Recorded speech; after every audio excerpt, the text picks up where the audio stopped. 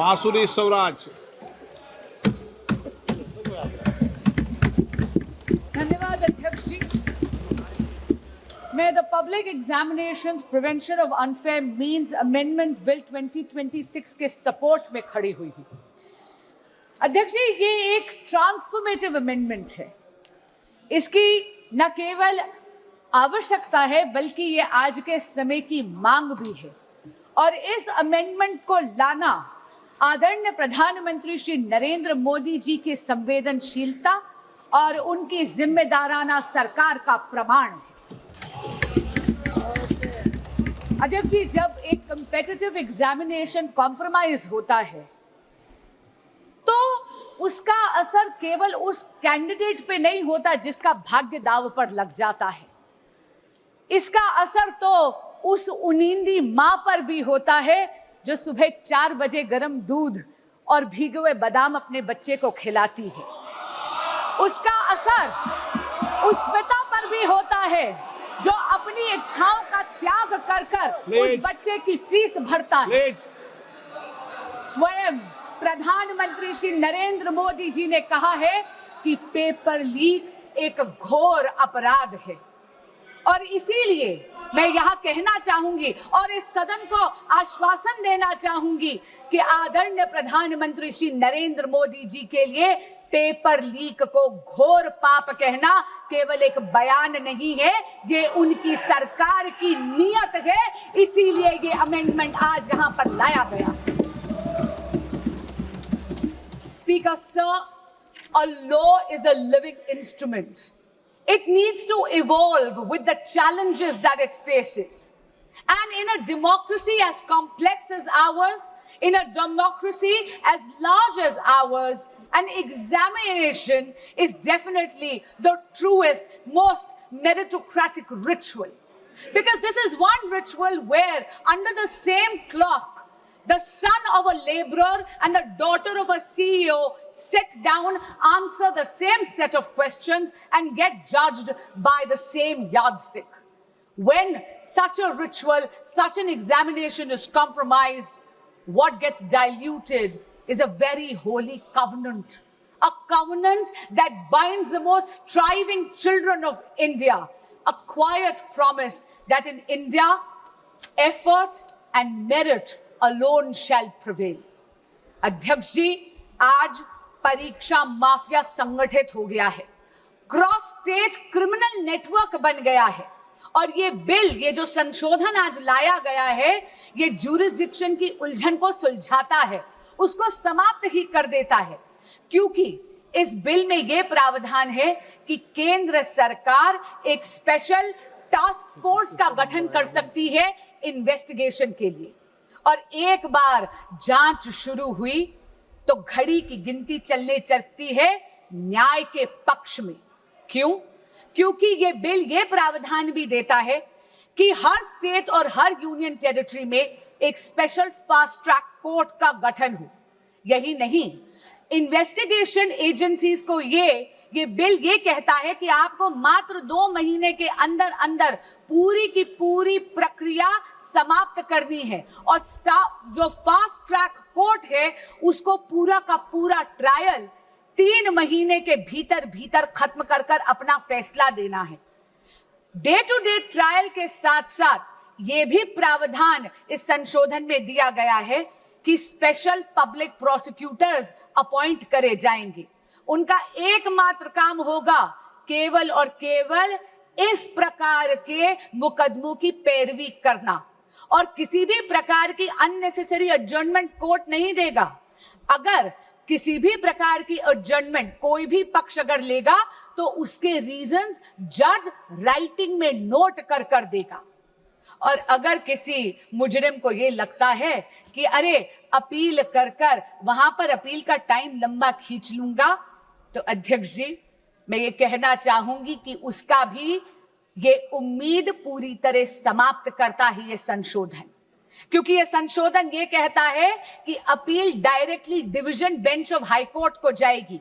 यानी कि जहां पर 2 जजेस न्यायपीठ पर बैठे हुए हैं और अपील भी मात्र 3 महीने के अंदर अंदर समाप्त कर कर उसका फैसला सुनाया जाएगा। अध्यक्ष जी, मैं स्वयं एक वकील हूं। हमें हमेशा एक लीगल मैक्सिम सिखाया गया, justice delayed is justice denied. यही आत्मा बन गया है इस संशोधन का, और इसके लिए मैं आदरणीय प्रधानमंत्री श्री नरेंद्र मोदी और एनडीए की सरकार को बधाई देती हूं।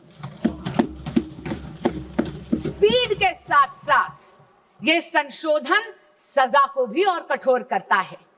आप ये देखिए कि अगर साधारण अपराधी है तो उसको 10 लाख नहीं 50 लाख का जुर्माना देना पड़ेगा अब, और उसकी सजा भी 3 से 5 वर्ष की बजाय 5 से 10 साल तक बढ़ा दी गई है।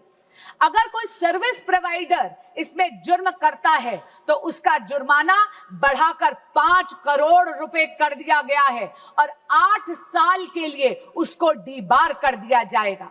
और यही नहीं, अगर कोई क्रिमिनल ऑर्गेनाइजेशन इसमें है, कोई संगठित अपराध इसमें अगर पाया जाता है तो मिनिमम फाइन 10 करोड़ रुपए कर दिया गया है और जेल का टर्म 7 से 10 वर्ष कर दिया गया है। And therefore, Speaker Sir, this amendment protects merit, it preserves fairness and safeguards the dreams of India's youth. It provides for expeditious investigation. It provides for time-bound trial procedures while reinforcing institutional accountability across the entire examination ecosystem. This amendment is the product of a responsive governance by a responsible Modi government. But Speaker Sir, this reform is not in isolation. अध्यक्ष जी, प्रधानमंत्री श्री नरेंद्र मोदी जी तो वो नेता हैं जो youth lead development का मूल मंत्र देते हैं विकसित भारत के संकल्प को सिद्ध करने के लिए, और इसीलिए परीक्षा में चर्चा कर कर उन्होंने अपने व्यक्तिगत समय का निवेश करा है इस देश के युवाओं में।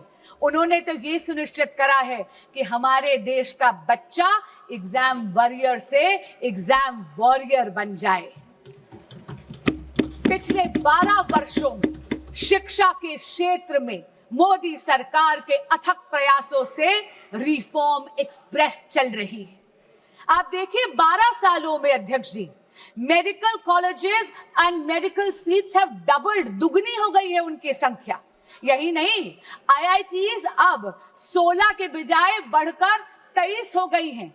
IIMs 13 से बढ़कर 21 हो गई हैं। Functioning AIIMS, all India institute of medical sciences अब 7 नहीं, मोदी सरकार के कार्यकाल में 7 से बढ़कर 20 हो गई हैं। यही नहीं, नंबर ऑफ यूनिवर्सिटीज भारत में मोदी जी के कार्यकाल में 60% से ज्यादा हो गई हैं, बढ़ गई हैं। As far as higher education enrollment statistics are concerned, अध्यक्ष जी, 91 लाख additional students अब higher education के institutes में enroll करते हैं, जिसमें से 50 लाख महिला students हैं, female students हैं, और हाँ, SC students की enrollment तो 44% हो गई है। ST students की संख्या बढ़कर 65% हो गई है। अध्यक्ष जी, ये विस्तार केवल अफसरों का विस्तार नहीं है, ये सामाजिक न्याय का विस्तार है। लेकिन मोदी सरकार ने रिफॉर्म्स को केवल इंस्टीट्यूशंस तक सीमित नहीं रखा, डिजिटाइज कर कर यह सुनिश्चित कर दिया कि दीक्षा के माध्यम से एजुकेशन हर बच्चे के मोबाइल फोन तक पहुंच जाए। ईट पाठशाला के माध्यम से पूरी की पूरी लाइब्रेरी अब बच्चों की हथेली में है। CUET जैसा एडमिशन प्रोसेस के लिए एग्जामिनेशन लाकर एडमिशन प्रोसेस को और ज्यादा पारदर्शी यानी ट्रांसपेरेंट बना दिया, और NEP 2020 में भारत की एजुकेशन सिस्टम को रिजिड स्ट्रीम से मुक्त कर दिया गया है। यदि कोई स्टूडेंट बायोलॉजी के साथ साथ म्यूजिक पढ़ना चाहता है तो उसको अब अपनी प्रतिभा में किसी एक सब्जेक्ट का चयन करने की जरूरत नहीं है, क्योंकि नरेंद्र मोदी जी ने यह सुनिश्चित कर दिया है कि प्रतिभा ना परिस्थितियों की अधीन होनी चाहिए और ना ही एजुकेशन स्ट्रीम्स की मोहताज। अध्यक्ष जी, जब अफसरों का विस्तार होता है तो उसके साथ साथ उन अफसरों की निष्पक्षता भी सुनिश्चित करनी अनिवार्य है। ये अमेंडमेंट बिल 2026 का यही सुनिश्चित करता है। अध्यक्ष जी, इस सदन में पिछले 2 वर्षों से मैंने देखा है कि बहस तथ्यों पर होनी चाहिए, बहस नैरेटिव पे नहीं होनी चाहिए, बहस प्रमाणों पर होनी चाहिए, बहस पूर्वाग्रह पर नहीं होनी चाहिए। इसीलिए मैं ये जरूर कहना चाहूंगी आपके माध्यम से विपक्ष के साथियों को, सबसे पहली बात तो बेल सरकार नहीं, इस देश का कोर्ट देता है और लोकतंत्र में judiciary is independent of the executive and the legislature. दूसरी बात मैं ये कहना चाहूंगी, कांग्रेस के साथी और विपक्ष के कुछ साथी एक नैरेटिव बिल्ड करने की कोशिश कर रहे हैं, जैसे कि पेपर लीक की समस्या, एग्जाम कॉम्प्रोमाइजिंग की समस्या केवल और केवल 2014 के बाद पैदा हुई है। अध्यक्ष जी, मीडिया की रिपोर्टों का अगर हम सच माने तो विपक्षी दलों के जहां जहां पर शासित राज्य हैं और पिछले जब एक दशक था, जब 2014 से पहले कांग्रेस लेड यूपीए सरकार था, तब एक नहीं, 2 नहीं, बल्कि टोटल 22 बार पेपर लीक होकर कैंसिल करने पड़े। उनमें से कांग्रेस लेड यूपीए सरकार के अधिकार क्षेत्र में आने वाले 6 ऐसे एग्जामिनेशंस हैं जो सीधा केंद्र सरकार के नीचे आते थे। अध्यक्ष जी, AIIMS PG examination 2006, ICAI CPT examination 2007, CLAT 2009, Railway Recruitment Board Examination 2009, AIEEE 2011, SSC CGL Examination 2013, ये सारी की सारी पेपर लीक तब थी जब विपक्षी दल सत्ता में था, यानी कांग्रेस लेड यूपीए गवर्नमेंट थी। अब मैं राज्यों के कुछ आंकड़े आपको देना चाहूंगी। राजस्थान में जब कांग्रेस की सरकार थी तो REET, RPSC, senior teacher recruitment, police constable examination recruitment, forest guard recruitment, CHMO recruitment exams leak हुए। टीएमसी की जब सरकार थी, पश्चिम बंगाल में टीचर रिक्रूटमेंट स्कैम में सुप्रीम कोर्ट ने 27,753 अपॉइंटमेंट्स को कैंसिल करा गया, क्योंकि उन्होंने उसमें फ्रॉड और मैनिपुलेशन पाया। यही नहीं, जब बीआरएस की सरकार थी तेलंगाना में तो टीएसपीएससी पेपर का लीक हुआ। उत्तर प्रदेश में जब सपा की सरकार थी तो police constable recruitment paper leak हुआ। तब तो सॉल्वर गैंग्स और ऑर्गेनाइज्ड एग्जाम फ्रॉड के गैंग्स वहां ऑपरेट करते थे। और हाल ही में पंजाब में, ये तो इसी साल की बात कर रही हूं, फार्मेसी ऑफिसर रिक्रूटमेंट एग्जामिनेशन में तो हाई टेक यानी ब्लूटूथ का इस्तेमाल कर उस पेपर को कॉम्प्रोमाइज करना गया। पर मैं पूछना चाहती हूं, इससे पहले कि विपक्ष मुझ पर यह इल्जाम लगाए that I am talking about whataboutery, this is not about whataboutery, but I am calling out the opposition on its selective outrage. मैं पूछना चाहती हूं विपक्ष से कि अगर ये सिद्धांत की लड़ाई है तो सिद्धांत सरकार देख के बदल कैसे जाता है। मैं पूछना चाहती हूं कि अभी खड़े होकर इन्होंने तत्कालीन केंद्रीय शिक्षा मंत्री की बात करी, क्या माननीय गौरव गोगोई जी ने अभी तक पंजाब के एजुकेशन मिनिस्टर का इस्तीफा मांगा है या नहीं? यही बात नहीं है अध्यक्ष जी, एक सिंगल प्रोफेशनल टेस्टिंग एजेंसी की मांग पिछले 30 साल से इस देश में पेंडिंग थी। 1986 की जो नेशनल पॉलिसी थी एजुकेशन की, उसका जब प्रोग्राम ऑफ एक्शन 1992 में आया, तब ये मांग उभर कर आई।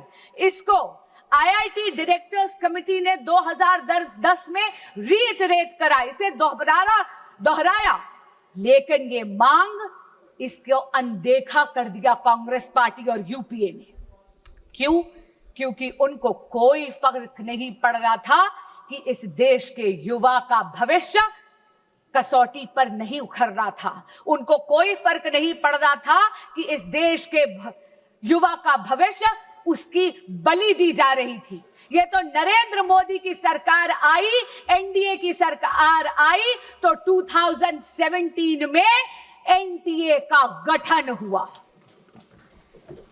अध्यक्ष जी, जहां पर कांग्रेस शासित यूपीए ने पॉलिसी वैक्यूम करा, वहीं पर अगर मैं जेनजी की भाषा को बोरो करूं, then I will have to say Modi ji clocked it and provided a legislative solution. But while Narendra Modi provided an anti-paper leak law, a very robust law, which today is being even more formidable, all that the opposition did was chase political opportunism. अध्यक्ष जी, फर्क साफ है। फर्क केवल सरकार का नहीं, फर्क सोच का भी है। यूपीए का मंत्र है delay, deflect and deny. Modi का मंत्र है डिटेक्ट, डिसाइड एंड डिलीवर।